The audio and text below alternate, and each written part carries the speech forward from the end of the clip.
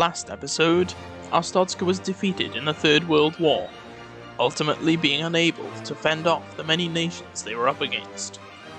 In this episode, the old rivals of the FSOS wars returned for one final showdown with Arstotzka.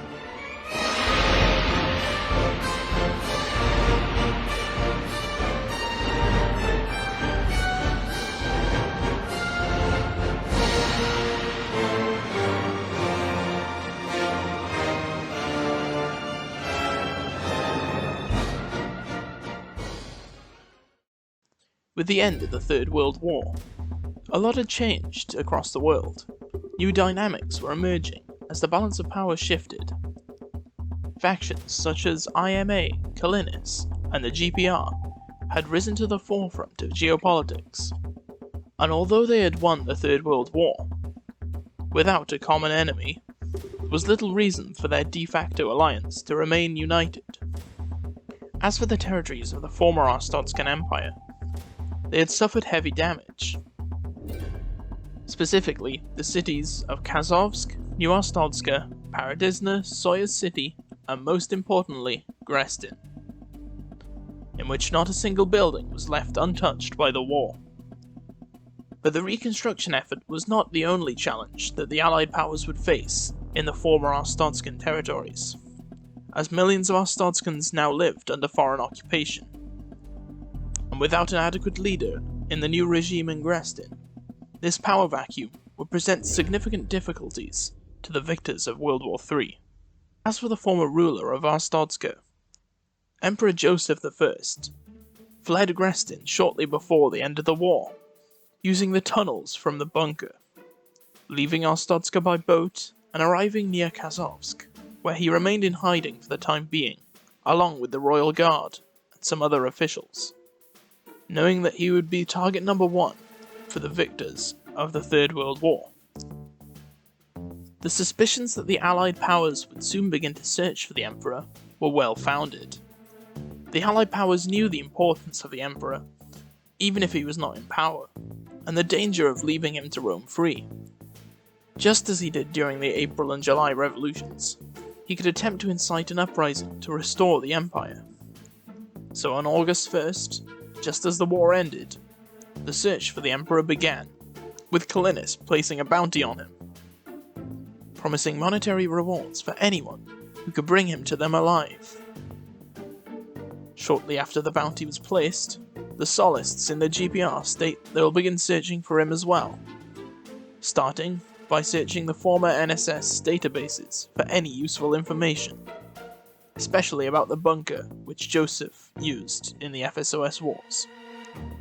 Kalinis also began searching for the Emperor, stating they'll start digging in various locations in search for the bunker. The confusion over the bunker's location likely stems in part from its size. It covered a large area under Grestin, but also had tunnels leading to various other parts of the Empire. And many of the other factions underestimated the sheer size of the bunker, and didn't know where to look, or precisely what they were looking for. The Allied powers likely intended to either eliminate the Emperor or use him to legitimize the new government in Arstotzka, and accept the fall of Arstotzka from its status as a world power, knowing that the Arstotzkan people wouldn't accept anyone else's authority. Though with the search efforts beginning from multiple factions, the Emperor knew he had to act fast. As the enemy was working against him, he had to restore the Empire. Not even a day after the war, the cracks began to show in the Allied powers, as First Stone began to have a series of disagreements with the anti-Arstotzkan countries, having mild sympathies towards the Arstotzkans. Both First Stone and Kalinis began to spread rumours about each other, mostly in regard to their leaders' misconduct and war crimes committed by either side. In the meantime, Kalinis begins to assist the new Arstotzkan government in the reconstruction of Grestin, likely hoping to win favour with the Arstotzkans and prevent any form of uprising. In addition to the reconstruction efforts, Kalinis begins to implement some political reforms to slowly transform their country from a military dictatorship into a democracy. For example, they promised equal rights to all people residing within their territories, including those under military occupation, and planned to hold elections in the near future. During World War III, the Decresian company of ESP merged into the IMA. But with the war over, the former leaders of the ESP created a new company, Mediocrest Industries, which for the time being would be the last remnant of Decres and the FCT.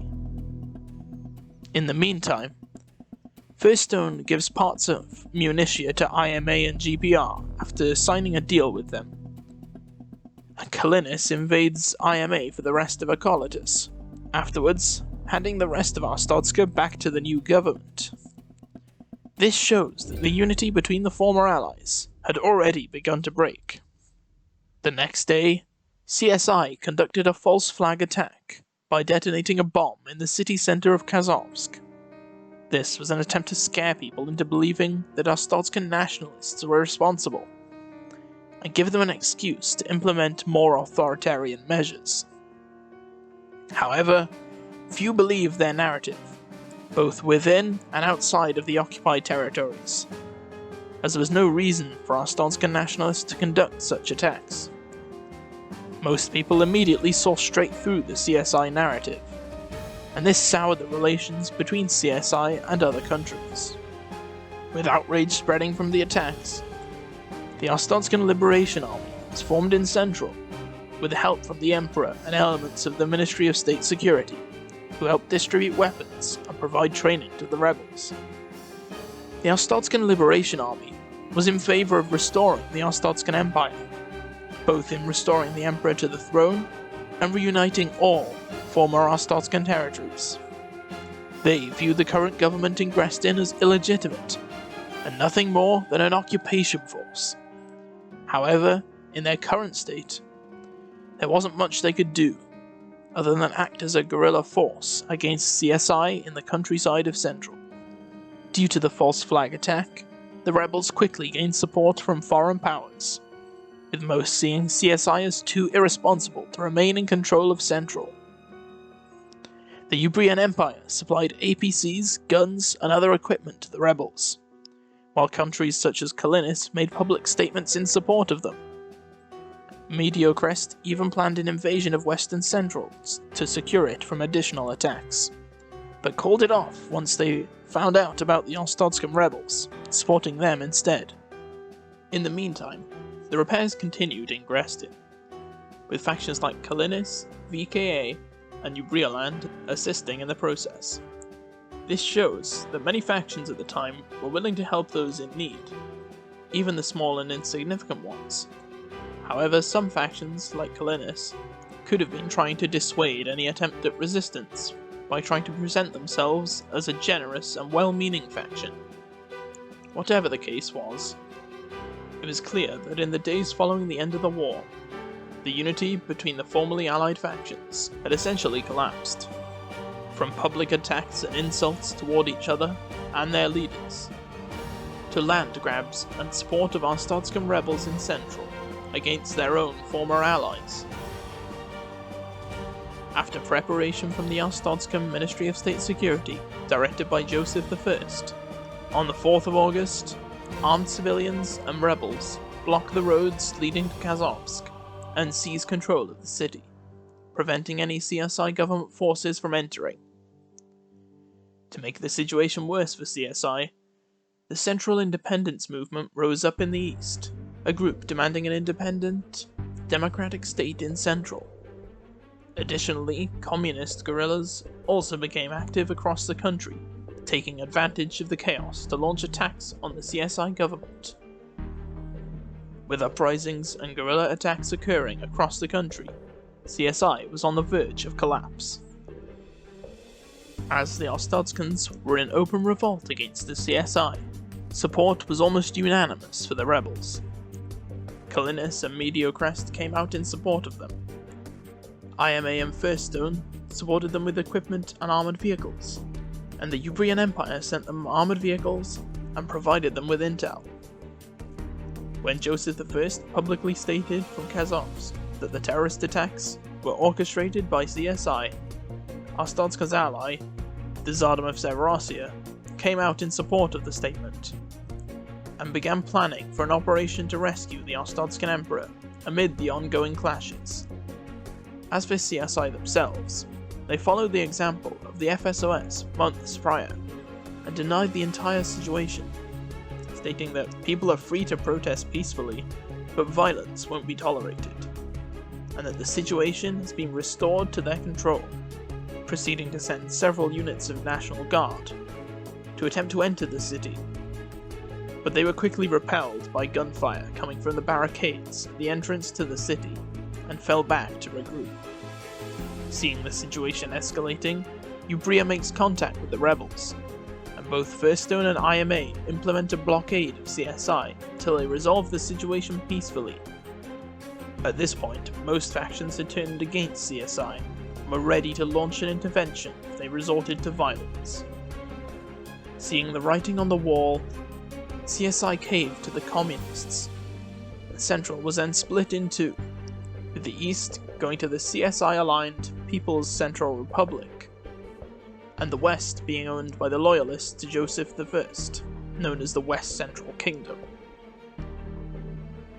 The situation across the former Arstotzkan Empire now became increasingly complex, with two states claiming ownership over Central, and the government in Grestin having its legitimacy challenged, as the Emperor now ruled part of the Empire once again. In the days following the partition of Central, tensions began to rise between the East and West, not only due to their differing ideology, but because they were fundamentally different to each other. The PCR was a remnant of CSI, which itself came from ESA, while the West Central Kingdom were Arstotzkan nationalists, believed in a reunification of the Empire. Both sides were eager to outdo the other, with the Arstotzkans beginning to repair their side of Central City on the 6th of August. The PCR would shortly follow in their footsteps and begin repairs on their part of the city. However, due to their connection to Arstotzka, the western side would begin to show results much quicker than the east. As tensions continued to rise, a border wall was constructed by the Arstotzkans to prevent infiltrations by communist spies. In addition to the repairs to Central City and their construction of a border wall, the industry in the western side was also restored, and the Arstotzkans began to rapidly rebuild their army, using their hostility with PCR to help on the propaganda front. If they wished to reunite the Empire, they would need to restore the army to a similar state to what it was pre-war. On the 11th, the new faction of CE is given a part of the Ercolatum wasteland by Kalinis, as the Arstotzkans continued their preparations. Then Joseph I declared the restoration of the Arstotzkan Empire, and demanded the illegitimate government in Grestin cede control of the island. However, they received no response. So to begin the restoration of the Empire, Arstotzka and Firstone began the invasion of CE, as they were an easy target and a good stepping stone for future operations. And it showed that the Arstotzkans weren't bluffing when it came to their intentions to restore their empire. Very little resistance is faced during the invasion, and the territory is taken over without any losses. At this point, the tide was turning against the government in Grestin. Before, it was backed by all the victors of World War III, especially Kalinis, who practically established the government themselves. Now those same powers were divided, and most of them backed the rebels in Central, which went on to restore the Empire, including Kalinis. With the restoration of the Arstotzkan Empire in Central, the government in Grestin had lost almost all of its legitimacy, and the Imperial government didn't wait to capitalize on this, focusing most of its propaganda efforts to portray them as such. On the 14th, Imperial forces launched an invasion of Arstotzka, as the ultimatum to rejoin the Empire was ignored by the government in Grestin. Columns of tanks were offloaded onto the shores of Arstotzka and made their way to Grestin, with Joseph I leading the column at the front. As they made their way to the capital, the small amount of forces that were encountered decided to defect to the Empire, and within the hour, column reached Grestin, the government was deposed. The Arstotzkan Empire was officially back. The Arstotzka now under control. It was clear to everyone that the Arstotzkan Empire intended to restore its full territory, and there was no reason for the other factions to cling to their occupied territories. So shortly after securing Arstotzka, the Empire signed a deal with Firstone and other factions, which saw the Arstotzkan Empire's territories returned to them. In the following days, NSS separates from the GPR and receives Deimos as their territory, despite their immediate efforts to militarize further. They attempt to once again show that they have changed for the better and want integration with the international community. On the 22nd of August, they send diplomats to attempt to improve relations with Arstotzka and Ubria, and they propose a potential agreement with Arstotzka for NSS to pay for the damages done by the FSOS during the previous wars, later stating that other nations that suffered under FSOS can have the same agreement. Additionally, the NSS company General Atomics begins to work with Ubria to advance both countries' technology. Though NSS were trying to restore good relations with some factions, they still wanted to restore their influence over the solar system and return to being a world power. During their time as part of the GPR and following their independence, they continued to improve their military, keeping a similar doctrine with a few changes. For example, they produced higher quality weapons and vehicles, even though they took longer to produce. The NSS also improved the professionalism of their armed forces, relying less on mass mobilization.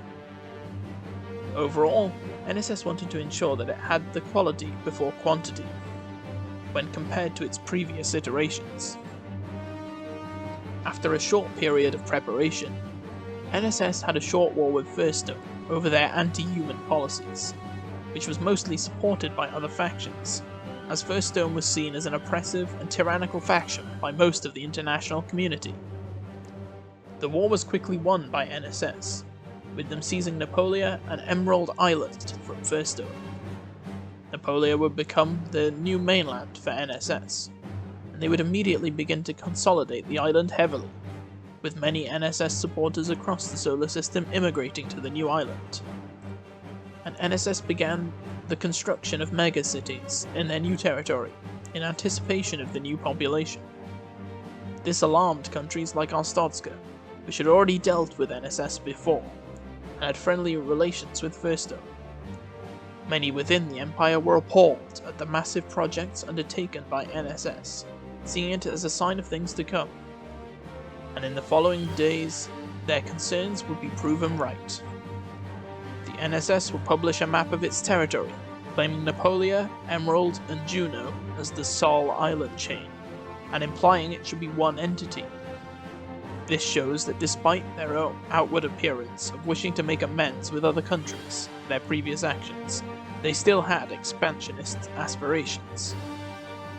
On the 26th, Firstone placed a bounty on NSS leaders due to their past crimes against humanity and recent aggression against them.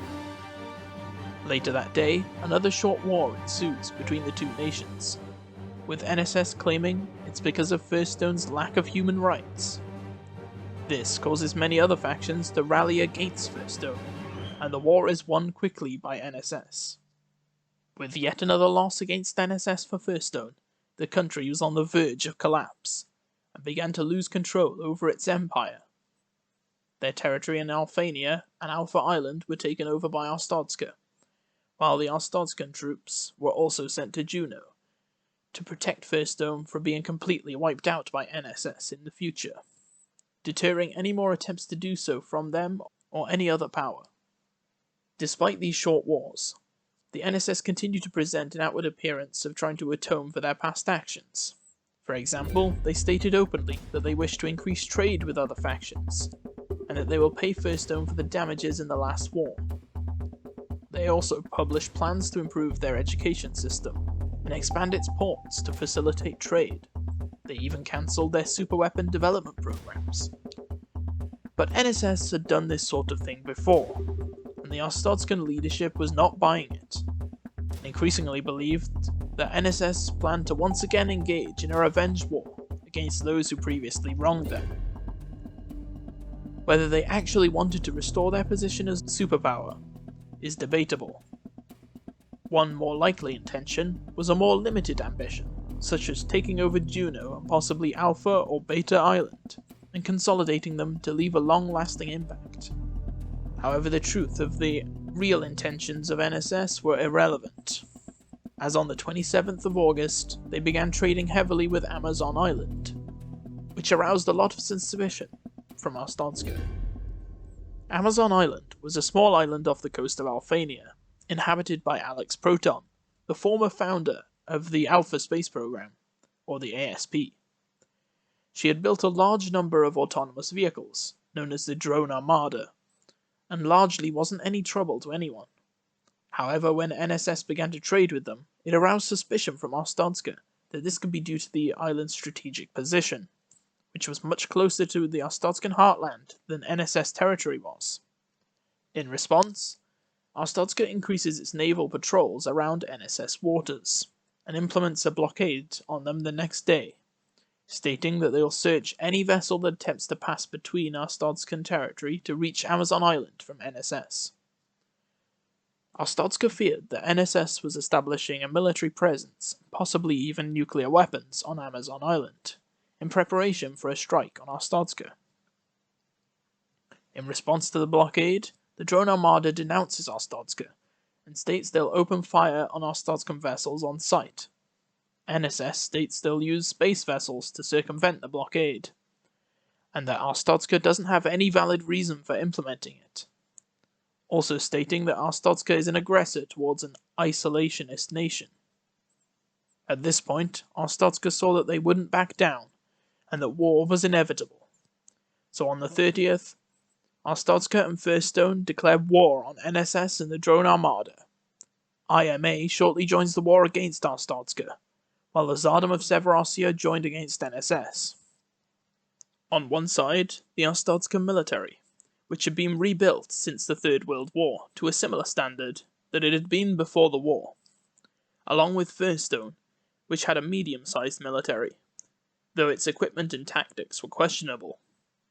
Lastly, on the Arstotzkan side was the Severossians, who were mostly unaffected from the Third World War.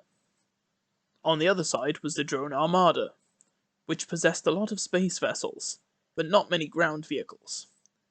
The NSS, who had a decently sized and professional military, with significantly better equipment than what they had during the FSOS wars. Lastly was the IMA, who did increase the size of their military, but it still consisted mainly of poorly trained militias. Despite that, they would present a significant challenge to the Arstotzkan forces in the war. As the first actions of the war, Firstone lands in Amazon Island, and NSS lands in Juno. Combat ensues with no clear winner. Then Arstotzka decided to invade IMA territory, using armoured forces to pass through former Firstone territory to bypass the border fortifications. Motorized and mechanized forces follow behind, and in a swift strike, most of IMA land is captured. But IMA and the Drone Armada conduct heavy bombing on Arstotzkan forces, causing significant casualties. And IMA forces continue to resist using guerrilla warfare and hit-and-run tactics. Heavy fighting continues for a while in IMA territory, with Arstotzka unable to fully secure it. In the meantime, NSS launches an invasion of Alpha Island, but Arstotzka gives it up without resistance. This is because Arstotzka had a lot of territory, and didn't need to defend all of it. To the Arstotzkans, NSS was wasting its forces in Alpha Island, and they had their sights set on the NSS mainland of Emerald and Napoleon. The Tsardom of Severossia then attempted a naval landing in Napoleon, attempting to gain a foothold at Phoenix Bay, but they are unsuccessful as naval and ground forces hold the line at the coast. Then NSS launches a diversionary attack in Severossia, which successfully distracts the Severossians as they redirect forces to repel the naval landing, abandoning their own landing in the process. With the chaotic situation and heavy losses in Alphania, Arstotzka made the decision to retreat to the Municium fortress, since they had lost control of the situation in IMA territory. Space warships and artillery hit the enemy forces to cover the retreat of the Arstotzkans, and they began to regroup with additional reinforcements at the fort, gathering a large concentration of armoured and mechanized forces for a new offensive. After regaining cohesion, Arstotzka launched a second offensive into IMA territory, in an attempt to take them out in a swift blow, like how the first offensive intended to. But NSS and IMA reinforced their positions heavily, and the offensive slows to a halt. Though despite being outnumbered, the Arstotzkan forces hold the line and prevent a counterattack from NSS and IMA, with heavy usage of artillery, drones, and attack helicopters. At this point, Arstotzka knew that to further focus on Alphania was pointless. They needed to take the fight to the NSS homeland to end this, so they decided they would take the main NSS islands first, before taking back Alpha Island, as their mainland is important to them, but Alpha Island had little use to Arstotzka. To begin the invasion, Arstotzka landed drop pods outside the city of Lahar on Emerald Island, along with artillery, which start to bombard it. Drop pods are then deployed in the north, begin to move on the city from both sides. Heavy aerial and space bombardment are used on the city, as well as Apollo City and Napoleon, with air combat ensuing above Emerald Island. But as there was only a small amount of NSS ground forces defending it, the city falls after a few more aerial deployments, and with it the rest of the island is quickly secured. As useful as their air and space forces were, it couldn't prevent the occupation of their territory, due to the disparity of the numbers on the ground. With Emerald Island captured, it was time to strike at the heart of the NSS, so Arstotzkan forces landed its first armoured units at Kalinda with little ground resistance, and due to the large amount of Arstotzkan artillery and NSS numerical inferiority, Apollo City and Phoenix Bay fall after only a small amount of combat, and the entirety of Napoleon is occupied. Only Alpha Island remained under NSS control. To end the war, Arstotzka landed some old tanks in the west of Alpha Island and began to push inland, with drop pods deployed in the northwest and southwest of the island. Despite still having some artillery and planes left, the bulk of the NSS army was exhausted from the fighting in Alphania and their main islands, and with their main territories occupied, they surrendered shortly after the invasion of Alpha Island started. With the surrender of NSS, a peace treaty was signed, giving up Emerald Island to Arstotzka, but still leaving NSS with Napoleon, and ending any trade agreements with the drone armada. A fragile peace was secured, but the army of NSS was weakened, and at this point didn't pose any threat. As for Emerald Island, Arstotzka wanted to remove any trace of NSS from the island and restore the Coalite identity, so they began the deportation of all NSS-aligned citizens back to NSS territory over the next few days, and started to remove all signs of NSS identity from the island, destroying everything that was built by them. Arstotzka began to rebuild the island in its original form. Thousands of Arstotzkans are sent to Emerald Island to replace the deported population and to help rebuild Coalite settlements. On the 4th of September, NSS spies were captured inside Arstotzkan territory, and it was the last straw for the Arstotzkans. An ultimatum was delivered to the NSS, demanding they end all trade agreements with other factions, and that Arstotzkan forces will be stationed in NSS territory as a deterrent to the NSS. With the increasing distrust of NSS given their track record, Arstotzka wasn't going to take any more chances, and with their ultimatum refused, they declared war on NSS, joined shortly by the Tsardom of Severossia. At this stage, many countries saw Arstotzka as an aggressor, which was seeking world domination. So in response, GPR, IMA, Ubria, and Decresse all declared war on Arstotzka. But most of them would end up making peace with Arstotzka shortly after the start of the conflict, due to poor relations with NSS and the brutality of the war. with executions and other war crimes carried out regularly by both sides, including against civilians. For the opening actions of the war, NSS lands tanks and artillery on Emerald Island, and manages to capture around half of it with heavy use of air support, but the advance is halted as Arstotzka armoured reinforcements arrive. Heavy fighting continues for a short time across the island, with Arstotzkan artillery and bombers attempting to weaken the centre of the NSS line in preparation for a breakthrough. Arstotzka attempts to drop forces from space in the north, but it gets intercepted by the NSS Space Fleet. Severossian forces join the Arstotzkans as both sides attempt to gain the upper hand, with Arstotzka eventually managing to gain an advantage and push the NSS off the island. With the failure by NSS to capture Emerald Island, the NSS army was severely weakened. They had suffered heavy losses on Emerald Island, where they had put everything they had into capturing it. This, on top of the fact their army was already weakened from the previous war, and the fact that all their allies had made peace, put them in a very poor situation. Then began the invasion of Napoleon. Heavy bombing and missile strikes took place on NSS naval vessels and installations, before drop pods were deployed in the south alongside naval landings, seizing control of Kalinda as they had done so in the previous war.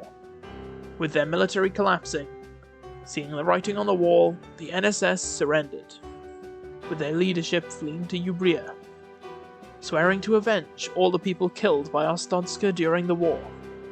With the war over, Napoleon was annexed by Arstotzka, and the NSS was defeated for good. Their military was completely destroyed, and their cities would be deconstructed by Arstotzka as part of the desolification process. This would eventually lead to a revival of Napoleon culture, mixed with Arstotzkan culture due to the large amount of Arstotzkan immigration to the island following the ethnic cleansing of NSS-aligned peoples from the land. Most of the NSS leadership were executed by Arstotzka, while others managed to flee to Ubria, such as the leader, Marcus III, who swore to avenge their defeat at the hands of the Arstotzkans. Arstotzka had once again restored its position as the leading world power. But there was still one country that Arstotzka had unfinished business with since the FSOS wars.